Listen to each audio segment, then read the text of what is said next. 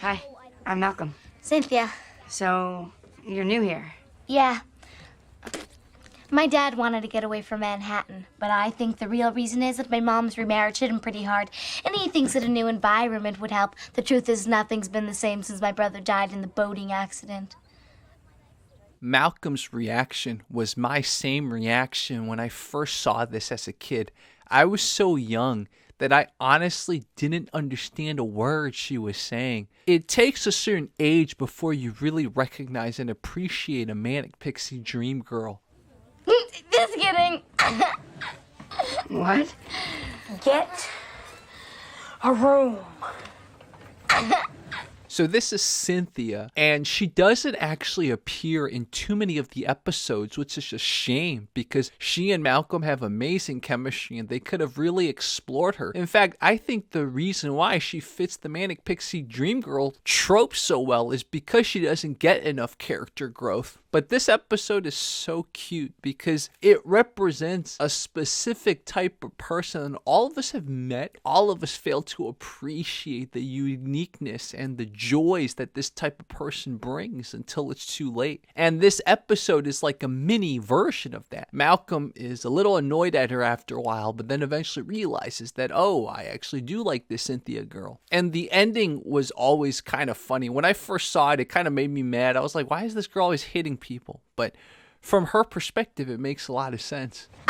Anyway, I'll see you later. I'm glad your brother's okay. I don't have a brother. I've personally met people like this in my life where their wavelength is so different from yours that it's not annoying or weird. It's just refreshing. They could be speaking 6 miles ahead of you. Nothing what they say makes sense, but it's still funny. And you're just like, where has this person been all my life? When I was a kid watching this, I hadn't met people like this before. But once I started meeting this type of Manic Pixie Dream Girl after college, every time I meet one, I was completely smitten. Even though I would not understand anything they would say, I would not understand what's going on in their head. So, why are you here so late? I had to use the school computer. Why are you here so late? I really liked what you said in class about the search for intelligent life in the universe. And you waited out here to tell me that? You know, I was thinking, why are we even bothering to send signals into deep space? If we do make contact with extraterrestrials, we'll probably just wind up doing their laundry. Just kidding. Malcolm, being part of the Smart Kids Club at school, is not used to having someone wait for him after school. And as guys, especially when we watched it as kids, we were like, wow, this girl's kind of weird. She's kind of annoying. But once you get older, you're like, man, that is so cool that she kind of just like waited for him. So it's all a matter of perspective. That's why this Manic Pixie Dream Girl trope is used in so many romantic comedies and dramas, etc. Because depending on what age you watch it, you're going to have a different experience, different interpretation / a different emotional feel when it comes to this type of person. I've got to go home now. Bye. Bye.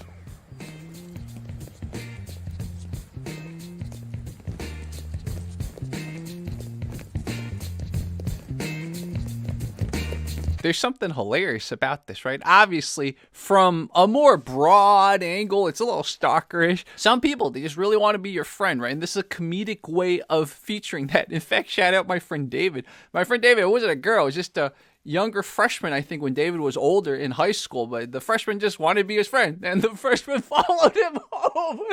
So this stuff happens. The issue is you get a little older and the intentions change, right? In this case, because they're both in elementary school, it's pretty pure, cute intentions. She just wants to be his friend. What's going on?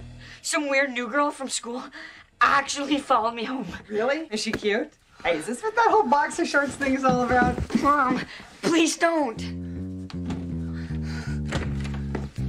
Hi. I always remember that scene because I never thought about that. Through that peephole, I think it's called, eye hole, whatever it's called, through the door, you could technically look in from the other side. You wouldn't see much. If someone were looking through it, you could definitely see their eyes, right? That's the type of creative, outside of the box thinking that attracts a lot of people to a Manic Pixie Dream Girl. They just think differently. And I'll always remember that. She looked through the peephole from the other side. Malcolm, would you ask your girlfriend to pass the potatoes? Malcolm, would you thank your girlfriend for me? Now, this part is extra funny because our memories are not perfect. And when I was watching this as a kid, I thought it was Dewey that said the second line, but it turns out it was Reese, Malcolm's older brother, trolling the whole time. So sometimes you're like, wow, my memory is not perfect after all. Malcolm, would you ask your girlfriend if she would like some peas? We get it. In fact, Dewey's reaction to being a little fed up with Reese's trolling actually directly contradicts my memory, which is crazy. I love watching some of this nostalgia stuff for people of a certain age because it really shows that, man, the human brain's not perfect. I think I see a spark. Please don't touch me. Yeah, that'll work. Aw, she doesn't like to be touched. Well, then maybe I'll do this. And I think this is the part where I stopped finding it as funny. It was just not believable that she could take on the school bully, Malcolm's brother, and just put him in a lock like this. My memory of the rest of the episode is not as deep, but it's fine because I want to encourage you guys to watch this episode. It's on Hulu. The cute parts of this episode are in the first half, and I broke them down for you guys. There's definitely good moments from the second half, but I don't know, the part about her hitting people and stuff like that just rubbed me the wrong way. I think it's because I also grew up with people who like would hit you, and it just like wasn't fun. I grew up with one kid who I would always hit, and then I felt bad about it for the rest of my life, so I never did that again. In my mind, someone who gets to a certain age, like their age, like, they shouldn't just be hitting people. And like, if you analyze it from her perspective, right, to be that quirky, to be that playful, you have to be able to defend yourself. And that's where she learned, it was revealed later, Krav Maga. She knows Krav Maga. It's Krav Maga, the official self-defense system of the Israeli army. I don't think there's like a Black Laws Dictionary definition of a Manic Pixie Dream Girl, but generally she's just a lighthearted, very quirky, doesn't care for social norms, and what she does is she enters into our main character's life and changes him usually for the better. So that's sort of the broad definition of a Manic Pixie Dream Girl, and Cynthia definitely was Malcolm's Manic Pixie Dream Girl. There were many moments in the future, which I won't spoil, where she played an important role in his life, including sort of saving his reputation when he finally goes to high school. I don't know what the contract was for this actress that played her, but she wasn't always around. And that's why, like I said in the beginning, she got a few episodes that were centered towards her, but she didn't grow like the rest of the cast did in what you remember of them. She just appeared once in a while, had some comic relief, had some whatever, and then disappeared for many episodes in the show. Nevertheless, her first appearance in this episode of season 2 was amazing, and I think it is so cute. Somehow, they managed to show what a Manic Pixie Dream Girl before she becomes the Zooey Deschanel's of 500 Days of Summer, or the Kirsten Dunst character from Elizabethtown, or the Mary Elizabeth Winstead character from Scott Pilgrim. This is probably the origin. This is probably how she was as a child. It's a very interesting way of thinking about this. Obviously, it's not an origin story because at this phase in the Manic Pixie Dream Girl's life, she's already established, but this is sort of like an early prototype, if that makes sense. So I guess that's what it is. Not only is this episode paced very well and it's quirky, but it also shows your prototypical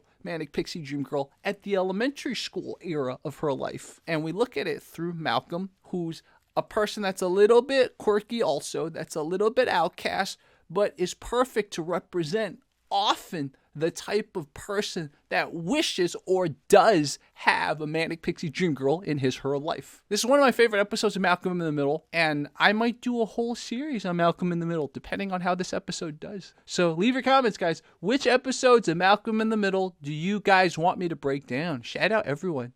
You guys have been here pre 1,000 subscribers. And for those of you who come here later on, I love movies, I love TV shows, I love art in general, and we're just going to review it. We're going to review it from different perspectives. Thank you guys so much. Leave a comment, press a like, share this.